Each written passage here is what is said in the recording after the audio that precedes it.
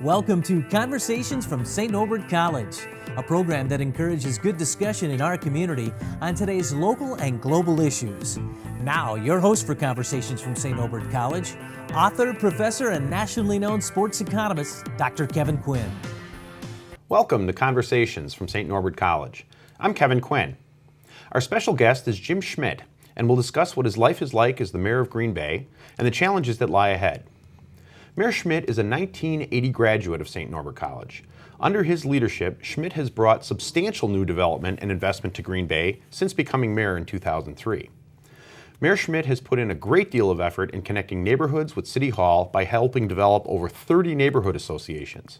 It was also his brainchild to purchase the Zippin' Pippin roller coaster, which has been a huge hit for the city of Green Bay and Bay Beach Amusement Park. Mayor Schmitt, welcome to the program. Good to be here, Kevin. Well, we're going to have to talk about the Zippin' Pippin, but before we do that, maybe talk about things that are a little bit more substantial. And I think most people are interested in, what is life like as a mayor of a medium-sized city? What's your day like? Every day is great, and it's a wonderful job. After graduating from St. Norbert College, I spent some time in the private sector, and really my goal was to own my own business. I did that. We had a successful paper converting business. I then sold that and got into politics. I always liked politics. 8th grade class president here at St. Norbert, I was very involved in student life, but the job is what you would think it would be. It's just every day is just multiple things going on. I mean, here in Green Bay, we have what they call a strong mayor form of government. So besides the ribbon cuttings and all the activities, which I do about 500 events a year, you've got a whole budget to manage. You've got 1,000 employees that you need to make sure are being as productive as possible, and make sure that the long-term vision of the city is healthy. And so a lot of development, which is kind of in my wheelhouse. I'm very comfortable with economic development and having businesses in this community continue to reinvest, and having people who own property reinvest in that property. But it's just every day is just a great day, and they're long hours, but I love it. I get a lot of energy from people and enjoy the job very much.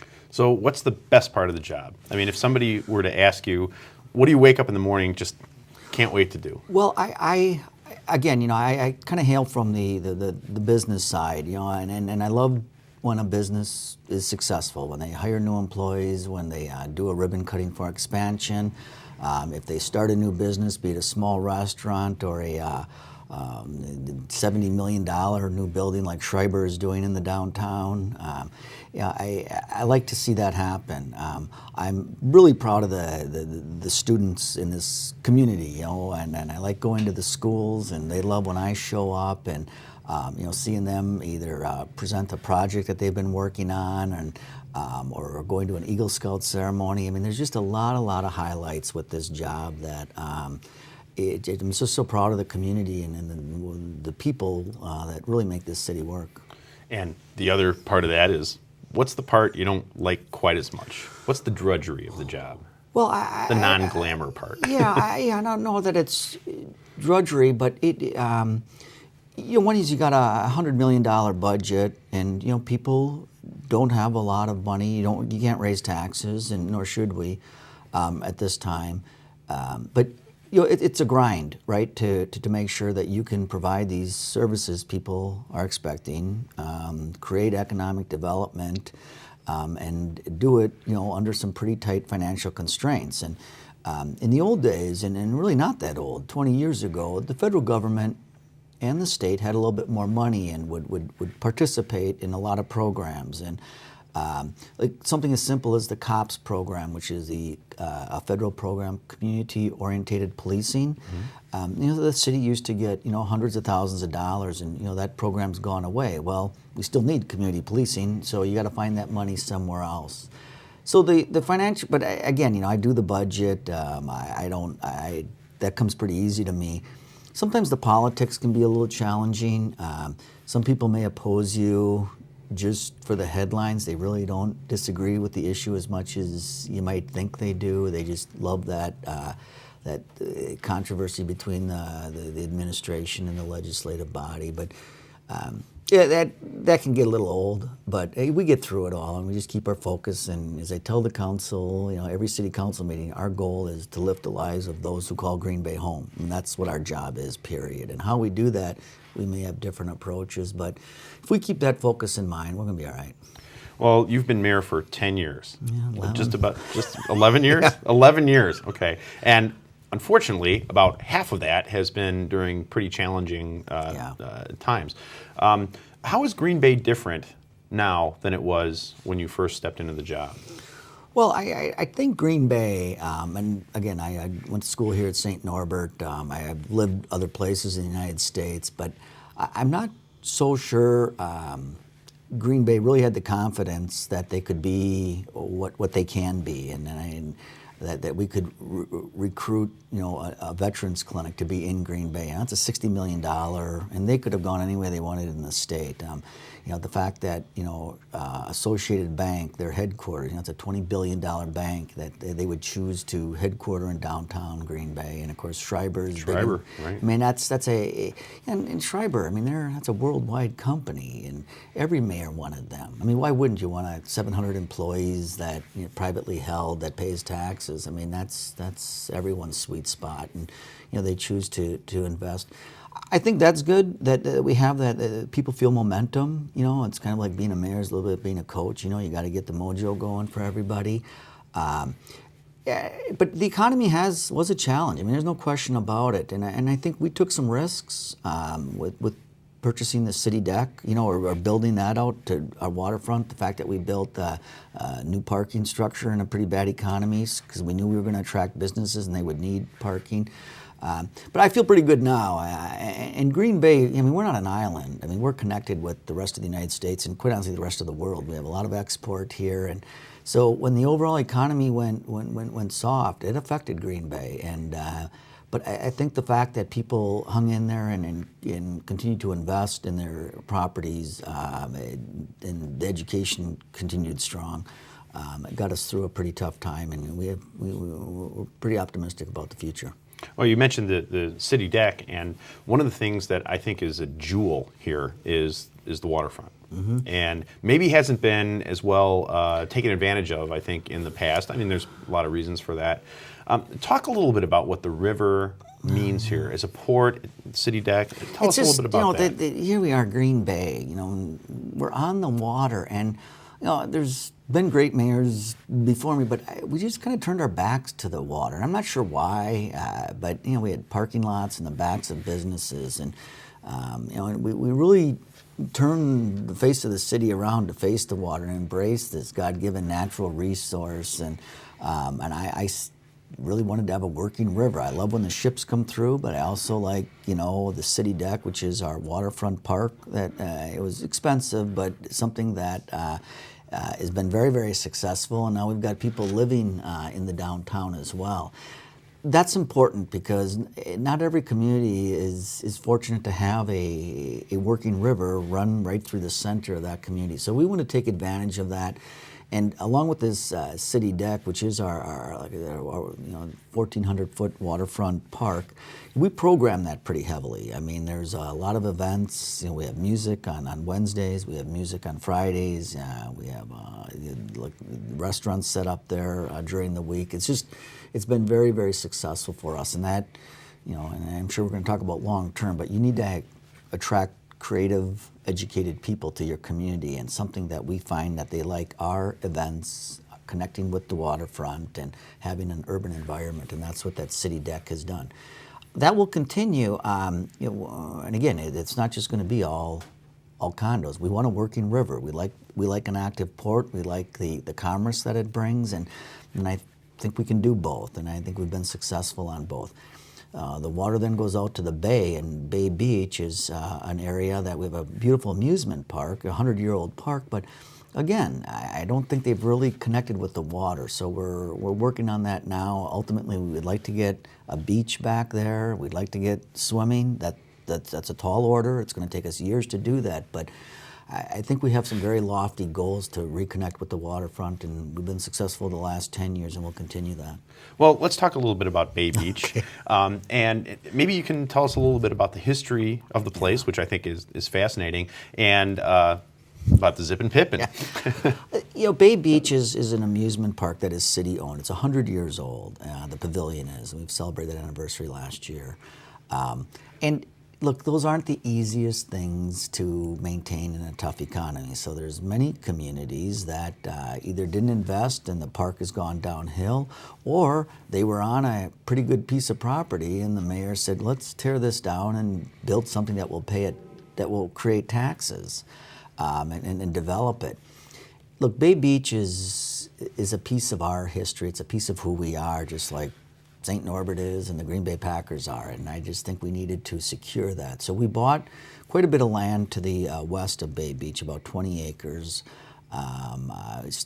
closed on the last piece in 2007, and then really wanted to secure and enhance the park. So besides upgrading our maintenance program, we went out and purchased a significant ride to really put our stamp and say, look, this is going to be an amusement park, an affordable amusement park for not just Green Bay, but really for Northeast Wisconsin, and made this purchase of this very controversial new ride, but it's worked out. And it was Elvis's favorite ride, right? We looked at, and I wanted to stay with the old world theme, something that was affordable and something that families could enjoy. I think Bay Beach was getting a little to little kids, and then you get, as my kids got older and teenagers, it wasn't as attractive as a venue. So this roller coaster, which was down in Memphis, Elvis Presley's favorite ride, the Zip and Pippin, was 75 years old, and they were dismantling it. So we bought the rights and the name to that ride, and then and the plans, and reconstructed it brand new. I mean, every bolt in there and every piece of wood is brand new, and rebuilt this roller coaster. Raised some private money and then did some borrowing on it, and it's been very, very successful. Well, I know when I have family from out of town, we always bring them there. The kids absolutely love that place. Yeah. I mean, what's not to love? Well, I tell you, it's again, we have 19 rides out there. They're 25 cents, 50 cents, and then the roller coaster is $1. It's the dollar ride, and when you look at the total costs and the bonding and the private donations, we needed 200,000 riders a year to make it work.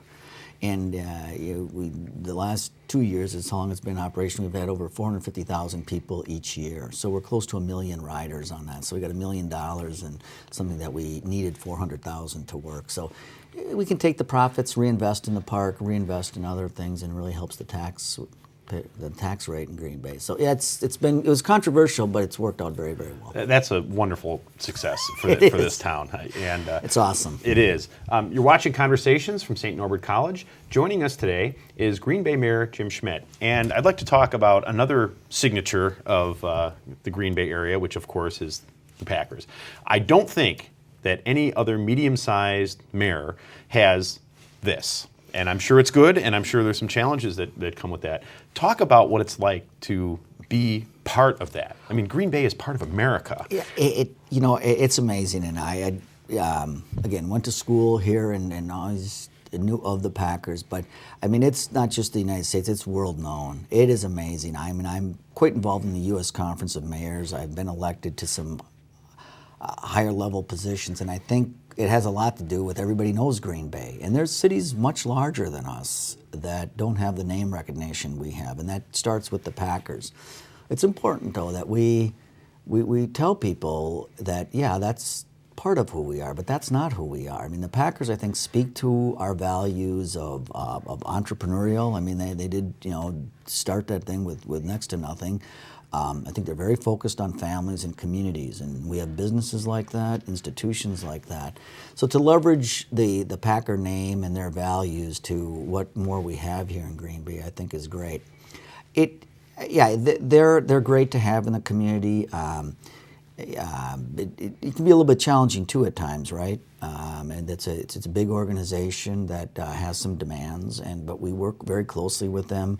My relationship with the Green Bay Packers, I'm a huge fan, but it's more of a business relationship right now, and I'm okay with that, and they're okay with that as well. We work together on a lot of projects, and the Packers are more than football. I mean, you look at their Cabela's, and you look at some of the other plans that they have, and we want to make sure that those plans, create jobs, that they pay taxes, and that it's going to elevate the community. And I think they really get that they're more than football, and that they're a large business in our community, and I want to support that and be a partner with them.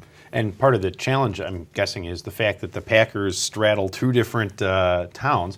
In fact, there's, I don't want to say a patchwork because that's not fair, but there are a variety of different governmental entities in this area. I think when people think of Green Bay, they think of the area, but there's more than that going on. Talk a little bit about that. Well, Green Bay, really, I just represent kind of one municipality that, a lot of people call themselves Green Bay, and we have different municipalities that may have a mailing address of Green Bay, and I think a lot of people take pride in the name Green Bay. But politics is tough sometimes with competing municipalities, and the way Wisconsin's structured it's all on property taxes. I mean, that's how we generate our revenues, through property taxes. So sometimes you can get a little competitive between municipalities because everybody wants Cabela's, everybody wants Costco,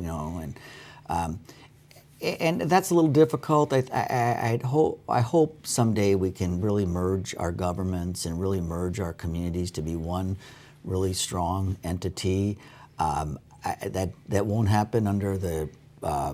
I don't feel that happening in the foreseeable future, but I do think that someday people, and it's happened. It's happened in Louisville, right? I mean, they consolidated the greater Louisville community, and it's happened in Indianapolis, and it can happen here as well. But those things take time. But we get along pretty well right now. But I think if you really work together, it's amazing what this community could become.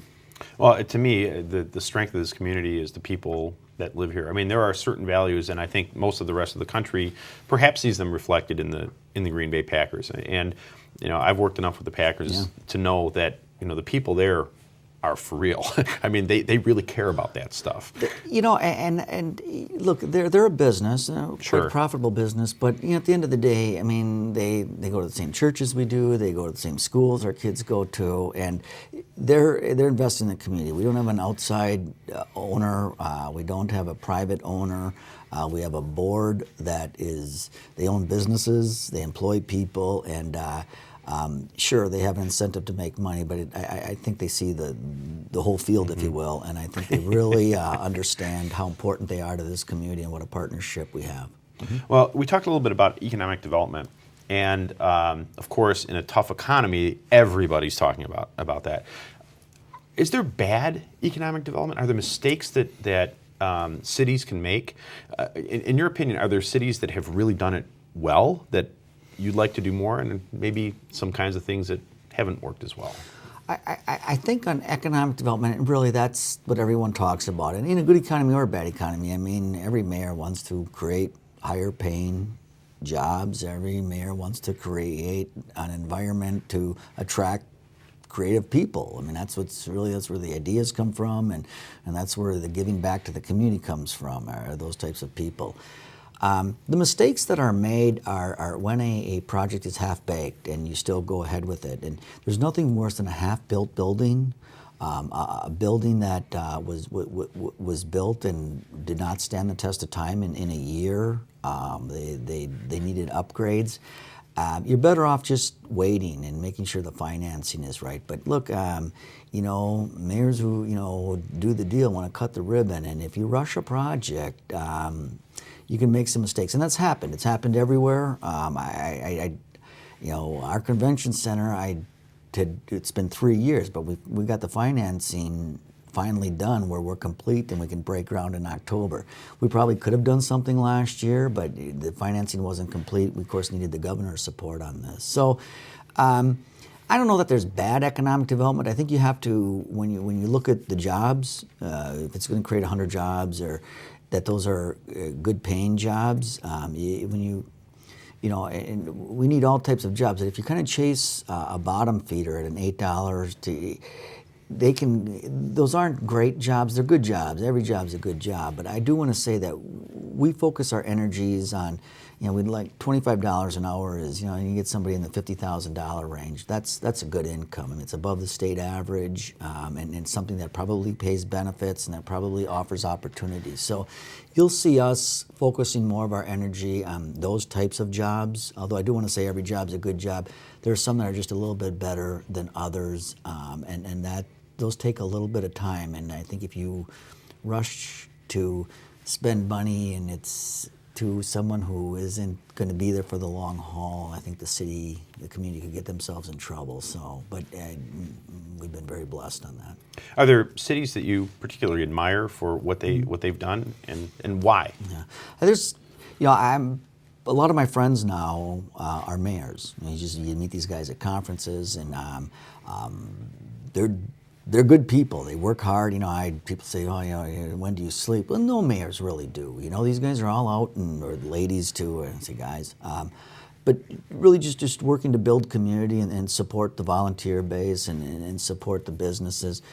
But I think if you look at a community that's really working, one is I do believe in urban communities. I like that. I do think cities aren't the problems. I think cities are the solutions. I think people do want to live and work in an urban environment.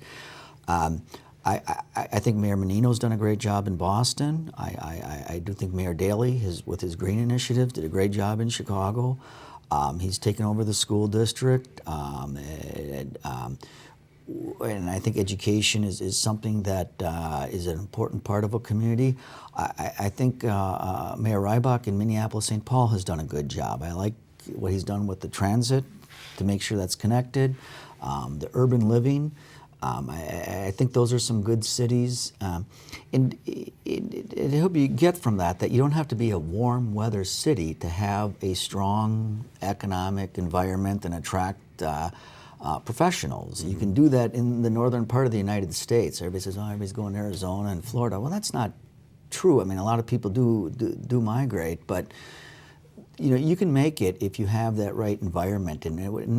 But there's a lot of moving parts. And when you look at these mayors and you look at these cities that are successful, I mean, they need to have places like St. Norbert. You need a good liberal arts education. You need a good technical school like we have, our university.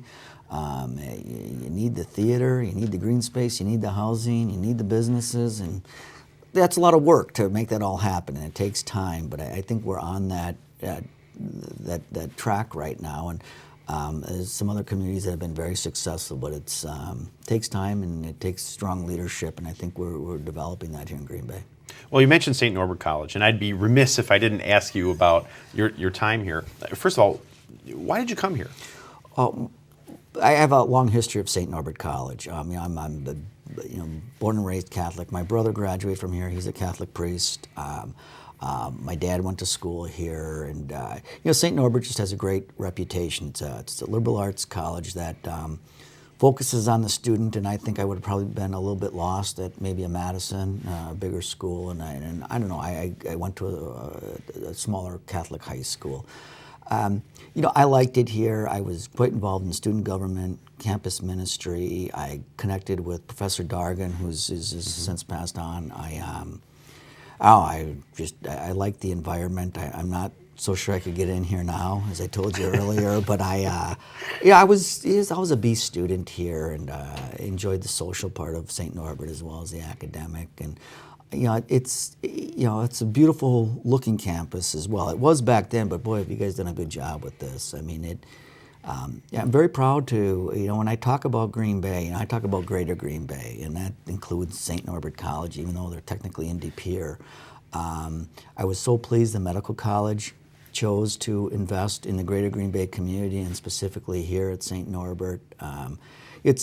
It turns out a good product. I've hired some St. Norbert grads, and I think academically they're where they need to be, but I think it's that whole, it's bigger than us, right? I mean, we've got to give back to this community. We've got to make sure that we're building a community for not just us, but for our kids and grandkids. And I think Norbert's tells you that, look, we're not alone in this thing. I mean, we're connected with not just the United States, but the rest of the world, you know. And it's a global world, it's a global economy, and I think your priorities of being focused on education and on development of all people, I think, is healthy, and it's a good place to be, and to remember that, you know, that's what's really important.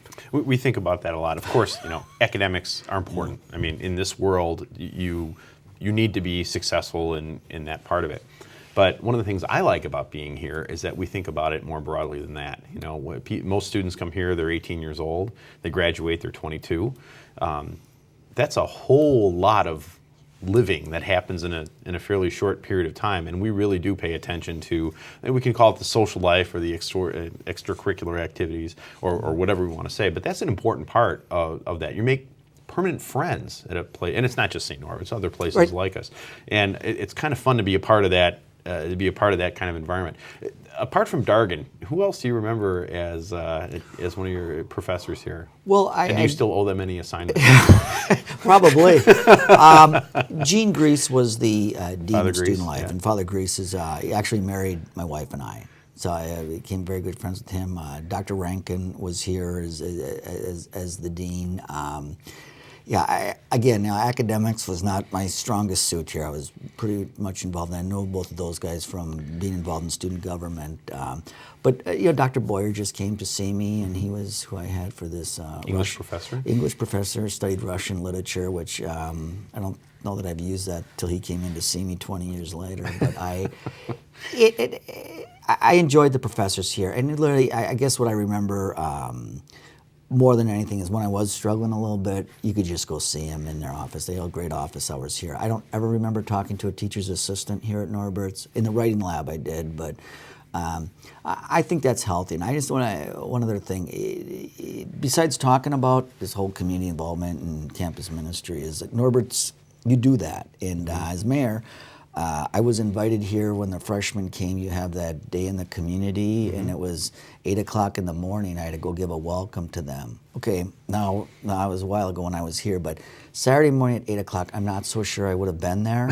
And I remember going to that, and I was expecting 20 people, and there was over 200 kids there just waiting to go out and paint fences, clean parks, and really get engaged in the community. I was so proud of St. Norbert for that. So yeah, doing a good thing. It's a fun thing to do, and I think that is more part of young people's expectation than maybe it was when we were that age. It was different. Maybe you just kind of say well, it that different. way. And look at I spring break.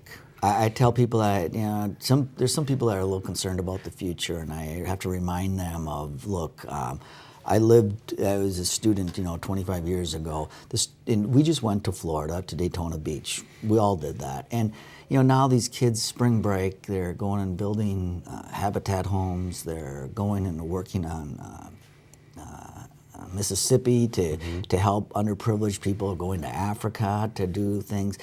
I mean, that's awesome. And it's the cool kids that are doing it. It's everybody that's doing it. So I think that has been a great transition, a great elevation to the students. I do want to ask you what you think about the current state of politics in America. I mean, the prevailing wisdom is that it's more polarized than ever. I mean, maybe it is.